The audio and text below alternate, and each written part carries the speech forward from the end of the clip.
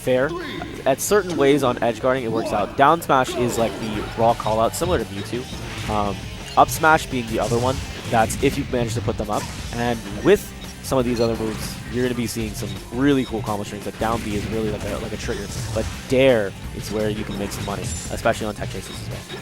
And of course, you know, Lucas mains, all they want to see is that big ol' up smash. Oh, absolutely. Devastating, but I think that's actually going to be really hard for HyperFlame in this matchup just because of the verticality that we talked about from Game & Watch, how he's able to just get up so high and get away from you up there. Oh, and the Dacus brings him off the top. I mean, we don't see a ton of Lucases in DFW. Ruin being the old school one from the 3.02, but he doesn't come by that much. I think I maybe seen him at Nosy before. So this character's still interesting. It's a bit of a mystery sometimes, but the things that this character can do is like down throw into nair, into rising nair. Like there's so much percentage you can put on the board, and the flashiness can definitely be there.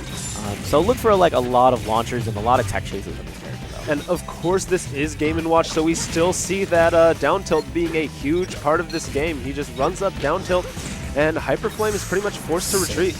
Oh! The spear shot? That's what I want to see. Let's go. Looking like Tias. Oh my gosh. Next he's going to hit us with that check shot, though. I want that real legit. That check shot. I want that legit. Yo, Final Fantasy X, though? Still need to beat that game. Classic, dude. Get the HD remake. It's real good. I have it. Oh, it's amazing. It's so good. That's one of the most cartoony of definitely all the JRPGs out there. And the first of its kind. But at least that one came to America. But there's the Nair. Tries to catch him out of shield. Maybe there was something where we were trying to see something from LZ, but Hyper decides to stick to the ground right there. You know, he really does not want to chase LZ up into the air just because of that Nair. There is the tether grab coming into place there. After seeing that fair on shield, he just was quick to pull the trigger and just get him out there. Throw him with that back throw. Now, LZ is, he's down tilting on shield just more and more, and it feels like Hyper is starting to get a lot of grabs off of it. Yeah. With Hyper getting those grabs, he can build percentage pretty easily, and he can kill confirm at higher percentages. And he's doing a great job of just laying down percentage on the board. I think this is a lot of what people do initially against Lucas is they're just trying to figure out what can this character do? How can this character like punish me, and what are some of the tendencies that they have? Lucas can definitely overwhelm you if you don't understand how to DI a lot of the mix-ups, or a lot of the normals that this character does, and SDI. The L's going down, getting that kill. He was working hard for that one. Now, what really are Game & Watch's options to come back on the stage against Lucas? Because Lucas has a lot of ways of covering the ledge. Yeah, I mean, up B still works. Oh, I'm sorry. Is he about to die? No, he was able to do that. He's going to try to save his jump. Yeah, you saw right there, he came back on the stage and immediately started throwing out the bacon.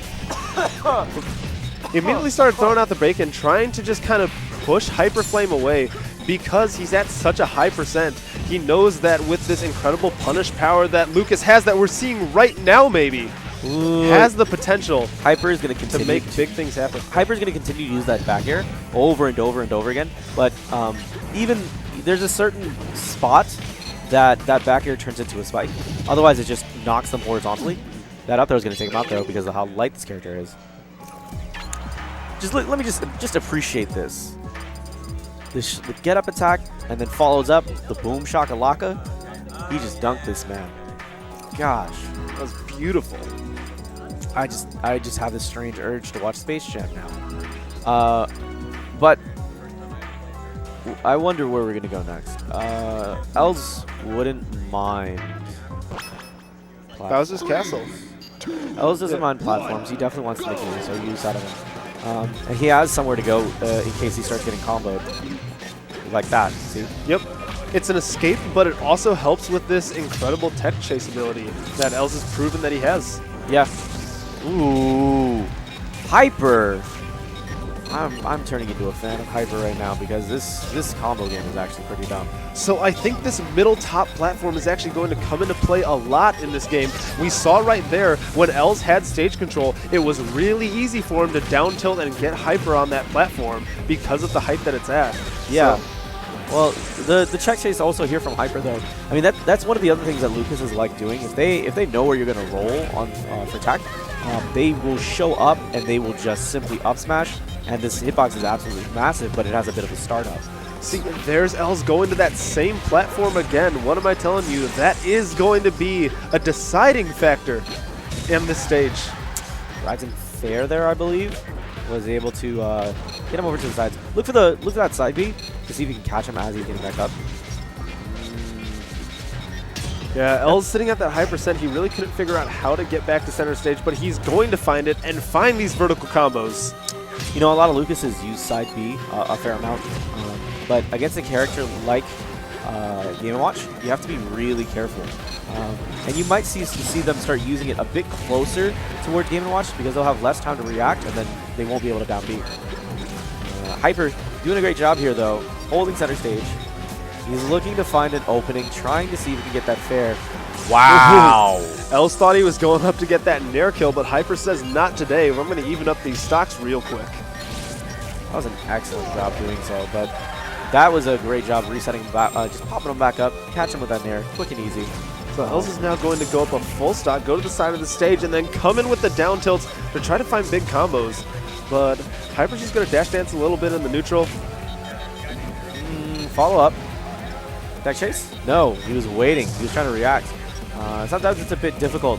And in those situations where you still have to get through the jump squat before you actually can get up there, what you'll end up doing is you'll want to short hop just below him just to make sure that you can double jump up and react to where they're going to go. Wow, so Els are really making this second game look a whole lot different than he was looking in first game. But Hyper's dash dance game right here actually is looking very nice, though. It's making it pretty difficult, actually, for Els to get in and get these down tilts that are starting the combos that we know he wants. Oh, the down tilt getting punished there. He was a bit too close, and that's going to be enough to finish him off. Heard you thinking there, Nabil. What are you thinking? So in my head, I was looking at I'm looking at Hyper right now, and I'm actually thinking he has a chance. There's a chance that he could do this, but he needs to take this grab, this percentage, this stage advantage, and potentially just take this all the way right now if he wants to stay relevant in this game. And I think he just lost a big arm. Oh, maybe not! No, if he guessed the up B. Yeah. So if he had up B'd there and just gotten back onto the stage, he would have actually been toast. Well, that actually all started with Hyper reading a tech in place off of his first little exchange there. He went for the down air right above LZ, and then if he had hit that, then he would have continued that big punish he had, but oh, Els is confident. Ooh, excellent. Maybe not time to taunt just yet. Hyper. He's got to play perfectly, though. That was so good. That was so good. He has to play perfectly, and that's not perfect. Getting hit with that parachute.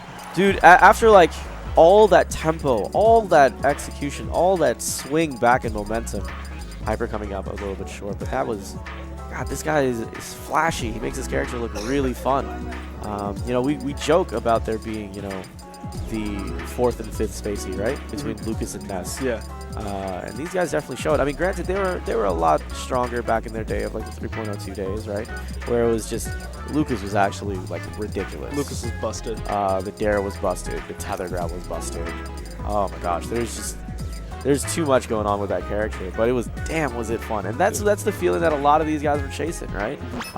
And HyperFlame definitely chasing that same feeling that you get with Lucas, which is you are a combo fiend, an absolute monster.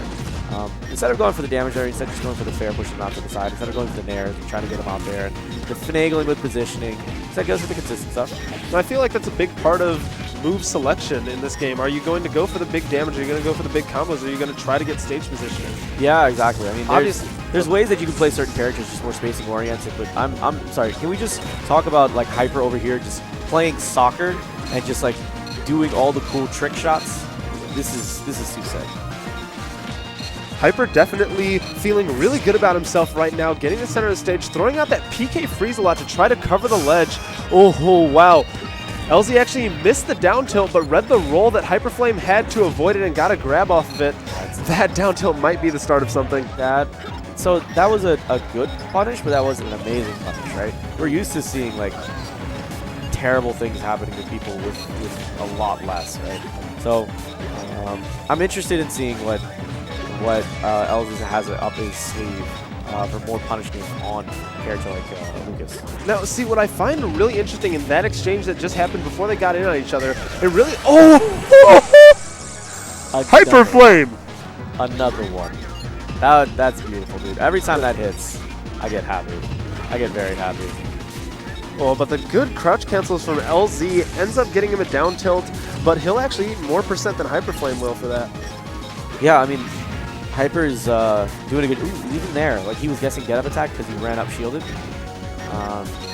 Just great job of just really putting on the damage, and even on the tech chases. Just, you can tell Hyper's really smart about how he wants to deal with elves. Now, these are big punishes, but none of them are coming up in a... Yeah, never mind. He got a kill.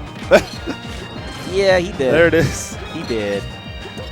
Ooh, okay. He tried the spear shot on top of him. I mean, that's not a bad idea. I just wonder what he would have confirmed afterwards. Maybe an up air? No. Oh my god, Hyper. Hyper's going to hold ledge. Okay, I see you, dude. Here's the follow-up tech chase looking like Dakpo. Jesus, man. He got him up in the air, pushed him to the side, and said, that stock is now mine. Oh, that looked like it hurt. That looked like it hurt real good. That was definitely not great for him, but oh, Els was fishing for a big hammer there, only came up with a 2, but he's going to follow him off stage and keep this pressure up. Hold ledge? Oh, just barely made it. Els was so close. Els was looking absolutely unstoppable there.